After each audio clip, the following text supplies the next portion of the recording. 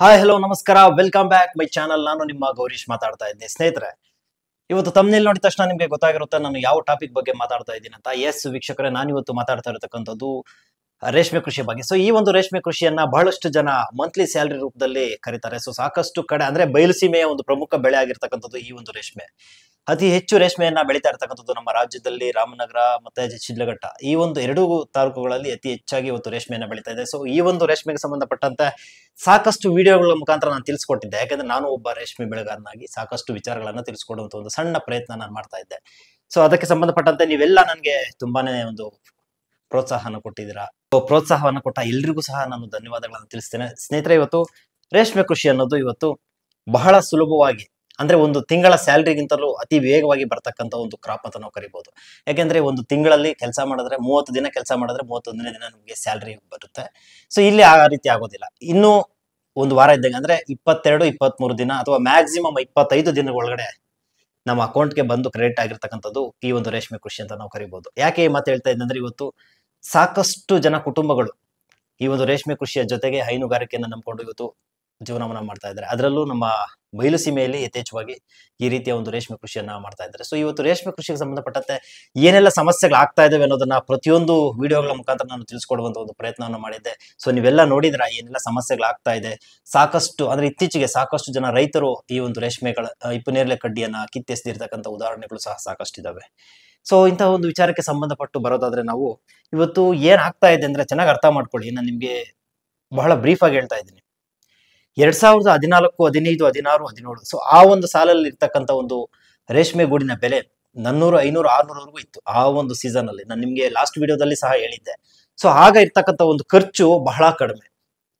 So ಈಗ ಖರ್ಚು ಜಾಸ್ತಿ ಆಗ್ತಾ ಇದೆ. ಸೊ ಡೇ ಬೈ ಡೇ ಖರ್ಚು ಜಾಸ್ತಿ ಆಗ್ತಾ ಇದ್ರೆ, ಆದ್ರೆ ನಾವೇನ್ ನಿರೀಕ್ಷೆ ಮಾಡ್ತಾ ಇದೀವಿ ಲಾಭ, ಸೊ ದಿನದಿಂದ ದಿನಕ್ಕೆ ಕಡಿಮೆ ಆಗ್ತಾ ಇದೆ. ಅವತ್ತು 2013, 14 ಆ ಒಂದು ಸೀಸನ್ ಅಲ್ಲಿ ಇರ್ತಕ್ಕಂಥದ್ದು ರೇಷ್ಮೆ ಹುಳುವಿನ ಬೆಲೆ 2,500 ರೂಪಾಯಿ ಮಾತ್ರ, 2,500 3,000 ರೂಪಾಯಿ ಮಾತ್ರ. ಇವತ್ತು ಅದರ 2ರಷ್ಟಾಗಿದೆ. ಅಂದ್ರೆ 7,000 ರೂಪಾಯಿ, 7,500 ರೂಪಾಯಿ ಮ್ಯಾಕ್ಸಿಮಮ್ ವರೆಗೂ ತಲುಪಿರ್ತಕ್ಕಂಥದ್ದು. ಸೊ ಈ ರೀತಿ ಆದ್ರೆ ರೇಷ್ಮೆ ಕೃಷಿಕರು ರೇಷ್ಮೆ ಹುಳುಗಳನ್ನ ಸಾಕಾಣಿಕೆ ಮಾಡೋದು ಹೇಗೆ? ಇವತ್ತೊಂದು ಫರ್ಟಿಲೈಸರ್ಸ್ ಒಂದು ಮೂಟೆಯನ್ನ ನಾವು ತಗೊಂಡ್ಬಂದು ತೋಟಕ್ಕೆ ಹಾಕ್ಬೇಕಾದ್ರೆ 1,500 ರೂಪಾಯಿ ಮಿನಿಮಮ್ ನಾವು ಕೊಡ್ಲೇಬೇಕಾಗುತ್ತೆ. ಸೊ ಎಷ್ಟು ಖರ್ಚು ಬರ್ತಾ ಇದೆ ಅನ್ನೋದನ್ನ ನಾವು ಟ್ಯಾಲಿ ಮಾಡ್ಕೊಂಡ್ರೆ ಕೊನೆಯದಾಗಿ ಲಾಸ್ಟ್ಗೆ ಏನ್ ಸಿಗುತ್ತೆ ಅನ್ನೋದು ಇಲ್ಲಿ ಬಹಳ ಮುಖ್ಯ ಆಗುತ್ತೆ. ಯಾಕೆಂದ್ರೆ ಆಗ ಹತ್ತತ್ರ ನಾವು ಒಂದು 10% ಇಲ್ಲ 20% ಮ್ಯಾಕ್ಸಿಮಮ್ ನಾವು ಬಂಡವಾಳ ಆಗ್ತಾ ಇದ್ವಿ. ಸೊ 80% ನಮ್ಗೆ ಲಾಭ ಸಿಗ್ತಾ ಇತ್ತು. ಈಗ ಏನಾಗ್ಬಿಟ್ಟಿದೆ, ಈಗ ಎಷ್ಟು ಪರ್ಸೆಂಟ್ ಆಗಿದೀವಿ ಬಹಳ ಅರ್ಥ ಮಾಡ್ಕೊಳ್ಳಿ. ಈಗ ಒಂದ್ರ ಮೇಲೊಂದು ಹೊಡೆತಗಳ ಮೇಲೆ ಹೊಡೆತಗಳು ಬೀಳ್ತಾನೆ ಇರ್ತವೆ. ಸೊ ಈಗ ಕಷ್ಟಪಟ್ಟು ಹೆಂಗೋ ನಾಟಿ ಮಾಡಿದ್ವಿ, ನಾಟಿ ಮಾಡಿದ ನಂತರ ಅದಕ್ಕೇನು ಗೊಬ್ಬರಗಳು ಬೇಕು ಅದನ್ನ ಗೊಬ್ಬರಗಳು ಕೊಡ್ತೀವಿ, ಗೊಬ್ಬರಗಳು ಹಾಕೋದಕ್ಕೆ ಕೂಲಿ ಕೊಡಬೇಕು, ಗೊಬ್ಬರಗಳಿಗೆ ಕೂಲಿ ಕೊಡಬೇಕು. ಅದಾದ ನಂತರ ನೀರಾವರಿ, ಸೊ ಡ್ರಿಪ್ಗೆ ಬೆಲೆ ಕೊಡಬೇಕು. ಸೊ ಡ್ರಿಪ್ ಏನೋ ಓಕೆ, ಒನ್ ಟೈಮ್ ಇನ್ವೆಸ್ಟ್ಮೆಂಟ್ ಅಷ್ಟೇ ಅದು ಓಕೆ. ಅದಾದ ನಂತರ ಪ್ರತಿ ಬ್ಯಾಚ್ಗೂ ನಾವು ಆ ಒಂದು ಭೂಮಿಯ ಕಳೆ ತೆಗೆಯೋದಿರ್ಬೋದು, ಅಥವಾ ಗೊಬ್ಬರವನ್ನ ಕೊಡೋದಿರ್ಬೋದು, ಅಥವಾ ಸಾವಯವ ಕೊಟ್ಟಿಗೆ ಗೊಬ್ಬರಗಳನ್ನ ಕೊಡೋದಿರ್ಬೋದು. ಸೊ ಇವೆಲ್ಲವನ್ನ ಟ್ಯಾಲಿ ಮಾಡ್ಕೊಳ್ಳೋದಾದ್ರೆ ನಮ್ಗೆ ಏನ್ ಉಳಿಯುತ್ತೆ? ಆದ್ರೂ ಸಹ ಇವತ್ತು ಸಾಕಷ್ಟು ಜನ ರೈತರು ಈ ಒಂದು ರೇಷ್ಮೆ ಕೃಷಿಯನ್ನ ನಂಬಿ ಜೀವನವನ್ನ ಮಾಡ್ತಾ ಇರ್ತಕ್ಕಂಥದ್ದು ತಮಗೆ ಎಲ್ರಿಗೂ ಗೊತ್ತಿರ್ತಕ್ಕಂಥ ಒಂದು ವಿಚಾರ. ಯಾಕಂದ್ರೆ ಇಲ್ಲಿ ನಾವು ರೇಷ್ಮೆನ ಒಂದನ್ನ ನಂಬ್ಕೊಂಡು ನಾವು ಜೀವನ ಮಾಡೋದು ತುಂಬಾ ಕಷ್ಟ ಆಗ್ಬಿಡುತ್ತೆ. ಸೊ ಇದರ ಜೊತೆಗೆ ಒಂದಷ್ಟು ಕುರಿ ಸಾಕಾಣಿಕೆ ಅಥವಾ ಮೇಕೆ ಸಾಕಾಣಿಕೆ ಅಥವಾ ಹೈನುಗಾರಿಕೆ. ಸೊ ಒಂದಕ್ಕೊಂದು ಇದು ಯಾವ ರೀತಿ ಇರುತ್ತಂದ್ರೆ ಒಂದಕ್ಕೊಂದು ಚೈನ್ ಲಿಂಕ್ ತರ ಇರ್ಬೇಕಾಗುತ್ತೆ. ಸೊ ಒಂದು ಕೈ ಕೊಟ್ಟರು ಮತ್ತೊಂದು ಕೈ ಇಡುವಂತ ಒಂದು ದೃಷ್ಟಿಕೋನದಲ್ಲಿ ಇವತ್ತು ರೈತನು ಯೋಚನೆ ಮಾಡಬೇಕಾದ ಒಂದು ಪರಿಸ್ಥಿತಿ ಬಂದಿದೆ. ಸೊ ನಾವು ಕೇವಲ ರೇಷ್ಮೆಯಲ್ಲಿ ನಾವು ದುಡ್ಡು ಮಾಡ್ತೀವಿ ಅಂದ್ರೆ ಬಹಳ ಕಷ್ಟ ಆಗ್ಬಿಡುತ್ತೆ. ತಮಗೆ ಗೊತ್ತಿರ್ಬೋದು, ಇವತ್ತು 100 ಮೊಟ್ಟೆ ನಾವು ಹುಳ ತಗೊಂಬಂದ್ರೆ ಎಷ್ಟು ಮಟ್ಟಿಗೆ ಬೆಳೆ ಆಗುತ್ತೆ ಅನ್ನೋದು ಸಹ ಗೊತ್ತಿರ್ಬೋದು. 10 ಜನಕ್ಕೆ 100 ಮೊಟ್ಟೆ ನಾವು ಹುಳ ಕೊಟ್ಟಿದೀವಿ ಅಂದ್ರೆ 10 ಜನನು ಬೆಳೆಯುವಂತಹದ್ದು ಇತ್ತೀಚೆಗೆ ಅದು ಸಾಧ್ಯ ಆಗ್ತಾ ಇಲ್ಲ. ಸೊ ಈ ರೀತಿಯ ಸಮಸ್ಯೆಗಳು ಜಾಸ್ತಿ ಕಾಡ್ತಾ ಇದ್ವು. ಸೊ ಹಿಂದೆ ಏನಾಗ್ತಾ ಇತ್ತು, ಮಂತ್ಲಿ ಎಷ್ಟು ಸ್ಯಾಲ್ರಿ ತಗೋತಾ ಇದ್ವಿ ನಾವು ರೇಷ್ಮೆಯಲ್ಲಿ? ಕನಿಷ್ಠ 100 ಮೊಟ್ಟೆ ನಾವು ಹುಳು ತಗೊಂಡ್ರು 150 kg, 120 kg ವರೆಗೂ ನಾವು ಮ್ಯಾಕ್ಸಿಮಮ್ ಬೆಳಿತಾ ಇದ್ವಿ. ಬೇಡ, ಒಂದು 110 kg ನಾವು ಗೂಡನ್ನ ನಾವು ಬೆಳಿತಾ ಇದ್ವಿ. ಸೊ ಆವರೇಜ್ ನಮ್ಗೆ 500 ರೂಪಾಯಿ ಕೊಟ್ಟರು ಎಷ್ಟಾಯ್ತು? 60,000 ರೂಪಾಯಿ ನಮ್ಗೆ ಅಮೌಂಟ್ ಆಯ್ತು. ಖರ್ಚು ವೆಚ್ಚ ಎಲ್ಲ ಹೋಗಿ ಒಂದು 10ರಿಂದ 12,000 ರೂಪಾಯಿ ಹೋದ್ರು ನಮ್ಗೆ 42,000 ರೂಪಾಯಿಗೆ ನಮ್ಗೆ ಮೋಸ ಇರ್ತಿರ್ಲಿಲ್ಲ. ಇವತ್ತೇನಾಗಿದೆ, 100 ಮೊಟ್ಟೆ ಹುಳ ತಗೊಂಡ್ಬಂದು ನಾವು ಹುಳನೂ ಕೊಡ್ತಾ ಇಲ್ಲ, ಅವರು ಹೆಚ್ಚುವರಿ ಹುಳನೂ ಕೊಡ್ತಾ ಇಲ್ಲ. ಸೊ 80ರಿಂದ 90 kg ನಾವು ಮ್ಯಾಕ್ಸಿಮಮ್ ಬೆಳೆದು ಈಗ ಇರ್ತಕ್ಕಂಥ ಬೆಲೆ ಎಷ್ಟು? 400 ರೂಪಾಯಿ ಇದೆ ಅವರೇಜ್. ಅದು ವೇರಿಯೇಷನ್ ಆಗ್ತಾನೆ ಇದೆ. ಸೊ 400 ರೂಪಾಯಿ ಕೊಟ್ಟು ನಾವು 40,000, ಅದರಲ್ಲಿ ಖರ್ಚು ಈಗ ಜಾಸ್ತಿ ಬರ್ತಾ ಇರ್ತಕ್ಕಂಥದ್ದು ಹತ್ತತ್ರ ಒಂದು 40%ಗಿಂತಲೂ ಹೆಚ್ಚು ಖರ್ಚು ಬರ್ತಾ ಇರ್ತಕ್ಕಂಥದ್ದು ನಮ್ಮ ರೇಷ್ಮೆ ಬೆಳೆ ಇತ್ತೀಚೆಗೆ. ನೀವು ಅಂದಾಜು ಮಾಡಿ ಬೇಕಾದ್ರೆ ಪ್ರತಿಯೊಂದನ್ನ ಪಿನ್ ಟು ಪಿನ್ ನೀವು ಏನ್ ರೇಷ್ಮೆಗೆ ಬಂಡವಾಳವನ್ನು ಹೂಡ್ತಾ ಇದ್ದೀರಾ, ಸೊ ಪ್ರತಿಯೊಂದನ್ನ ಲೆಕ್ಕ ಮಾಡಿ ನೋಡಿ ಬೇಕಾದ್ರೆ ನಿಮ್ಗೆ ನೀವೇ ಒಂದ್ ರೀತಿಯಲ್ಲಿ ಆಶ್ಚರ್ಯ ಪಡ್ತೀರಾ. ಅಷ್ಟರ ಮಟ್ಟಿಗೆ ಇವತ್ತು ರೇಷ್ಮೆಗೆ ಒಂದು ಹೊಡೆತ ಬೀಳ್ತಾ ಇದೆ ಅಂತ ಹೇಳ್ಬೋದು. ಸೊ ಲಾಸ್ಟ್ 2-3 ಇಯರ್ಸ್ ಬ್ಯಾಕ್ ಎಲ್ಲ ಏನಾಗ್ತಾ ಇತ್ತು ಅಂದ್ರೆ ಈ ರೀತಿಯ ಸಮಸ್ಯೆ ಬಂದಾಗೆಲ್ಲ ರಾಜ್ಯ ಸರ್ಕಾರದಿಂದ ಒಂದಷ್ಟು ಪ್ರೋತ್ಸಾಹ ಧನ ಬರ್ತಾ ಇತ್ತು. ಅಂದ್ರೆ ಬಯೋವೋಲ್ಟಿಂಗ್ ಅಷ್ಟು ಮತ್ತೆ ಸಿಬಿ ಗೋಲ್ಡ್ಗೆ ಒಂದಷ್ಟು ಅಂತ. ಸಿಬಿ ಗೋಲ್ಡ್ಗೆ ಒಂದು 20 ರೂಪಾಯಿ ಅಥವಾ 30 ರೂಪಾಯಿ ಬರ್ತಾ ಇತ್ತು. ಬಯೋವೋಲ್ಟಿಂಗ್ 50 ರೂಪಾಯಿ ಸಹಾಯಧನ ಕೇಂದ್ರ ಸರ್ಕಾರದಿಂದ ಬರ್ತಾ ಇತ್ತು. ಅಂದ್ರೆ ಪ್ರತಿ ಕೆಜಿಗೆ 30 ರೂಪಾಯಿ ಸಹಾಯಧನ ಸಿಬಿ ಗೋಲ್ಡ್ಗೆ ಬರ್ತಾ ಇತ್ತು.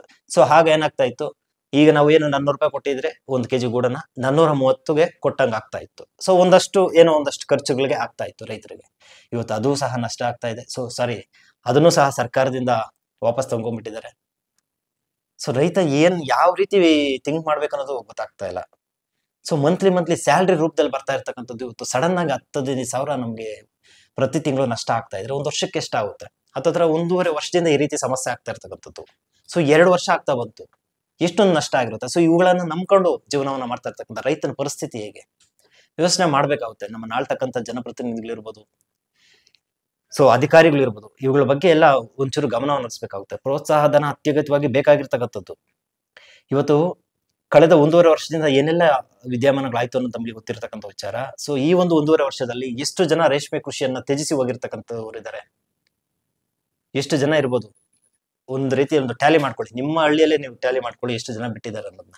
ಸೊ ಇವತ್ತು ಅಷ್ಟು ಸುಲಭ ಅಲ್ಲ ರೇಷ್ಮೆ ಕೃಷಿ ಮಾಡೋದು, ಅಷ್ಟು ಸುಲಭ ಅಲ್ಲ. ಇವತ್ತು ನಾವು ತಿಂತಾ ಇರ್ತಕ್ಕಂಥ ಫುಡ್ ಅಲ್ಲಿ ಎನರ್ಜಿ ಇಲ್ಲದೆ ಇರ್ತಕ್ಕಂಥದ್ದು, ಸೊ ಅಥವಾ ನಾವು ಉಸಿರಾಡ್ತಕ್ಕಂಥ ಒಂದು ಗಾಳಿ ಇರ್ಬೋದು, ಅಥವಾ ನಾವು ಒಂದು ಸಿಂಪಡಣೆ ಮಾಡ್ತಕ್ಕಂಥ ಒಂದು ಕೆಮಿಕಲ್ ಇರ್ಬೋದು. ಸೊ ದಿನಕ್ಕೆ ನಮ್ಮ ಶಕ್ತಿ ಕುಂದಿಸ್ತಾ ಇದೆ ಅಂತಾನೆ ಹೇಳ್ಬೋದು. ಇದರಿಂದ ಏನಾಗ್ತಾ ಇದೆ, ನಾವು ಇಪ್ಪನೇರಳೆ ಕಡ್ಡಿಯನ್ನ ಕಟಾವು ಮಾಡ್ಲಿಕ್ಕೆ ಸಾಕಾಗ್ತಾ ಇದೆ. ಸೊ ಇವತ್ತು ಬಹಳಷ್ಟು ಜನ ರೈತರ ಅಳಲಾಗಿರ್ತಕ್ಕಂಥದ್ದೇ, ನಾವು ಇಪ್ಪನೇರಳೆ ಕೊಯ್ದು ನಮ್ಗೆ ಸಾಕಾಗ್ತಾ ಇದೆ ಅಂತ ಹೇಳ್ತಾ ಇದ್ದಾರೆ. ಸೊ ಇಂತಹ ಒಂದು ಪರಿಸ್ಥಿತಿಯಲ್ಲೂ ಹೇಗೋ ಕಷ್ಟಪಟ್ಕೊಂಡು ಮಾಡಿದ್ರು ಈ ಒಂದು ರೇಷ್ಮೆ ಬೆಳೆಗೆ ಕೊನೆಯಲ್ಲಿ ನಮ್ಗೆ ಸಿಗ್ತಾ ಇರ್ತಕ್ಕಂಥದ್ದು 350 to 400 rupees per kg. ಇವತ್ತು ಎಷ್ಟು ಖರ್ಚು ಬರ್ತಾ ಇದೆ ಅನ್ನೋದು ನೀವು ಒಂದ್ಸಲ ಟ್ಯಾಲಿ ಮಾಡ್ಕೊಂಡು, ನಾನು ಆಗ್ಲೇ ಹೇಳ್ದಾಗೆ ನೀವು ಟ್ಯಾಲಿ ಮಾಡ್ಕೊಂಡ್ರೆ ನಿಮ್ಗೆ ಅರ್ಥ ಆಗುತ್ತೆ. ನಾವು ಇಷ್ಟು ಒಂದು ಬ್ಯಾಚ್ಗೆ ನಮ್ಗೆ ಇಷ್ಟೊಂದು ನಷ್ಟ ಆಗ್ತಾ ಇದೆ ಅನ್ನೋದು. ಒಬ್ಬ ರೈತನಿಗೆ ಕನಿಷ್ಠ ನೋಡ್ಮಟ್ಟೆ ಮೇಸಂತ ರೈತನಿಗೆ 1.5 ವರ್ಷದಿಂದ ಕನಿಷ್ಠ 10,000 ರೂಪಾಯಿ ನಷ್ಟ ಆದ್ರೂ ಎಷ್ಟಾಯ್ತು? 1.5 ಲಕ್ಷ ರೂಪಾಯಿ ನಷ್ಟ ಆಯ್ತು. ಅವನ ಕುಟುಂಬಕ್ಕೆ ಒಂದು ಆರ್ಥಿಕ ಹೊಡೆತ ಬಿದ್ದಂತ ಆಗುತ್ತೆ ಇಲ್ವಾ? ನೀವೇ ಒಂದ್ಸಲ ಯೋಚನೆ ಮಾಡ್ಕೊಳ್ಳಿ. ಸೊ ನಿಮ್ದು ಎಷ್ಟಾಯ್ತು ಅನ್ನೋದನ್ನ ಬೇಕಾದ ಕಮೆಂಟ್ ಸೆಕ್ಷನ್ ಅಲ್ಲಿ ಕಮೆಂಟ್ ಮಾಡಿ, ಯಾರ್ಯಾರಿಗೆ ಎಷ್ಟೆಷ್ಟು ನಷ್ಟ ಆಗಿದೆ 1.5 ವರ್ಷದಿಂದ ಅಂತ. ಇವತ್ತು ಸರ್ಕಾರಗಳು, ನಮ್ಮ ಆಳ್ತಕ್ಕಂಥ ಜನಪ್ರತಿನಿಧಿಗಳು ಇದ್ರ ಬಗ್ಗೆ ಗಮನ ಹರಿಸಲೇಬೇಕಾಗುತ್ತೆ ಇವತ್ತು. ಯಾಕಂದ್ರೆ ರೈತ ಅಂತ ನಾವು ಏನ್ ಕರಿತೀವಿ ಕೇವಲ ಭಾಷಣಗಳಿಗೆ ಮಾತ್ರ ಸೀಮಿತ ಆಗ್ಬಾರ್ದು. ಭಾಷಣಗಳಿಗೆ ಸೀಮಿತ ಆಗ್ಬಿಟ್ರೆ ತುಂಬಾ ಕಷ್ಟ ಆಗ್ಬಿಡುತ್ತೆ. ಒಂದು ಸಲ ಯೋಚನೆ ಮಾಡಿ, ರೈತ ಇಲ್ಲದೆ ಈ ಒಂದು ಪ್ರಪಂಚ ಯಾವ ರೀತಿ ಇರುತ್ತೆ ಅನ್ನೋದನ್ನ ಚೆನ್ನಾಗಿ ಅರ್ಥ ಮಾಡ್ಕೊಳ್ಳಿ. ಸಿಗಬೇಕು ಪ್ರತಿಯೊಂದು ಸೌಲಭ್ಯಗಳು ತವನಿಂದ ಪ್ರತಿಯೊಂದು ರೈತನಿಗೆ ಸಿಗ್ಬೇಕು. ಸೊ ಸರ್ಕಾರ ಪ್ರೋತ್ಸಾಹ ಧನ ಕೊಟ್ರೆ ನಮ್ಮ ರೇಷ್ಮೆ ಕೃಷಿಕರಿಗೆ ಬಹಳ ಖುಷಿ ಆಗುತ್ತೆ.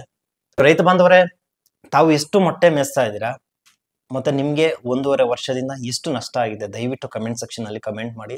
ಸೊ ಈ ಒಂದು ಕಮೆಂಟ್ಸ್ ನ ನೋಡಿ ನೆಕ್ಸ್ಟ್ ಒಂದು ವಿಡಿಯೋವನ್ನ ಮಾಡ್ಬೇಕಂತ ಅಂದ್ಕೊಂಡಿದ್ದೀನಿ. ಸೊ ಆ ಒಂದು ಕಾರಣದಿಂದ ನಿಮ್ಗೆ ಎಷ್ಟು ನಷ್ಟ ಆಗಿದೆ ದಯವಿಟ್ಟು ಕಮೆಂಟ್ ಸೆಕ್ಷನ್ ಅಲ್ಲಿ ಕಮೆಂಟ್ ಮಾಡಿ. ಕಮೆಂಟ್ ಮಾಡೋದ್ರಿಂದ ಏನು ಸಮಸ್ಯೆ ಏನಾಗಲ್ಲ. ನಿಮ್ಗೆ ಎಷ್ಟು ನಷ್ಟ ಆಗಿದೆ ಮತ್ತೆ ನೀವು ಎಷ್ಟು ಮೊಟ್ಟೆ ಹುಳ ಮೇಯಿಸ್ತಾ ಇದ್ದೀರಾ ಅದನ್ನು ಸಹ ಕಮೆಂಟ್ ಮಾಡಿ. ಸೊ ಸಿಗೋಣ ಮುಂದಿನ ವಿಡಿಯೋದಲ್ಲಿ. ಅದಕ್ಕೂ ಮುಂಚೆ ಚಾನಲ್ಗೆ ಏನಾದರೂ ಸಬ್ಸ್ಕ್ರೈಬ್ ಮಾಡ್ಕೊಂಡಿಲ್ಲ ಅಂದ್ರೆ ದಯವಿಟ್ಟು ಚಾನಲ್ನ ಸಬ್ಸ್ಕ್ರೈಬ್ ಮಾಡ್ಕೊಂಡು ಸಪೋರ್ಟ್ ಮಾಡಿ. ಎಲ್ರಿಗೂ ನಮಸ್ಕಾರ.